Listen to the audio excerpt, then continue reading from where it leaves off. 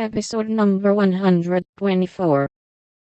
Esther was truly pious, and quite sincere in her advice, for she had an affectionate heart, and felt much for the sisters in their anxiety. Amy liked the idea, and gave her leave to arrange the light closet next her room, hoping it would do her good. "I wish I knew where all these pretty things would go when Aunt March dies," she said, as she slowly replaced the shining rosary, and shut the jewel cases one by one. "To you and your sisters. I know it, Madame confides in me. I witnessed her will, and it is to be so," whispered Esther, smiling. "How nice. But I wish she'd let us have them now. Procrastination is not agreeable," observed Amy, taking a last look at the diamonds. "It is too soon yet for the young ladies to wear these things. The first one, who is affianced, will have the pearls, Madame has said it, and I have a fancy that the little turquoise ring will be given to you when you go, for Madame approves your good behavior, and charming manners." "Do you think so? Oh, I'll be lamb, if I can only have that lovely ring. It's ever so much prettier than Kitty Bryant's. I do like Aunt March after all." And Amy tried on the blue ring with a delighted face and a firm resolve to earn it.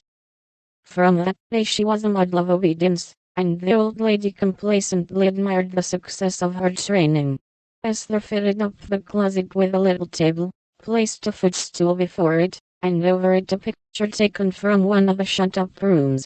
She thought it was of no great value, but, being appropriate, she borrowed it, well knowing that Madame would never know it, nor care if she did.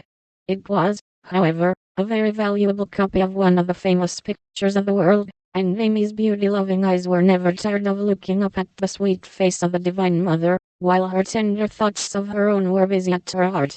On the table she laid her little testament, and hymn book, kept a vase always full of the best flowers Laurie brought her, and came every day to sit alone, thinking good thoughts, and praying the dear God to preserve her sister. Esther had given her a rosary of black beads with a silver cross, but Amy hung it up, and did not use it, feeling doubtful as to its fitness for Protestant prayers. The little girl was very sincere in all this, for being left alone outside the safe home nest, she felt the need of some kind hand to hold by so sorely that she instinctively turned to the strong and tender friend, whose fatherly love most closely surrounds his little children. She missed her mother's help to understand and rule herself, but having been taught where to look, she did her best to find the way and walk in it confidingly. But Amy was a young pilgrim, and just now her burden seemed very heavy. She tried to forget herself, to keep cheerful, and be satisfied with doing right, though no one saw or praised her for it.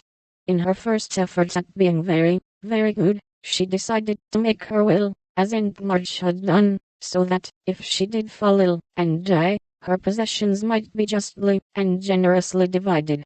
It cost her a pang even to think of giving up the little treasures, which in her eyes were as precious as the old lady's jewels.